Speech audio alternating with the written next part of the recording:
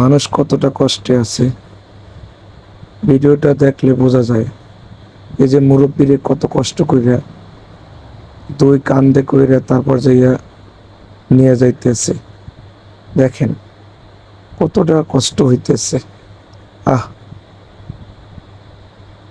আজকে একটা পোস্টে দেখলাম আমাদের মূলগঞ্জের আমাদের এক পরিচিত ভাই মাসুদ ভাই, তার বড় ভাই এবং বড় ভাইয়ের বউ এবং দুইটা বাচ্চা সহ আজকে 5 দিন হয় তাদের কোনো খোঁজখবর নাই।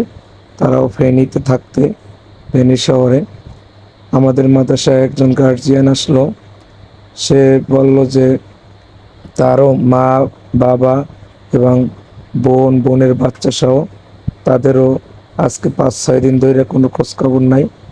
বাইসে আছে না মরে গেছে না কীরকম কি আছে একমাত্র আল্লাহই জানে। সবাই দোয়া করবেন এদের জন্য, আল্লাহ জানি এদেরকে হেফাজতে রাখে এবং সুস্থ রাখে। আর এই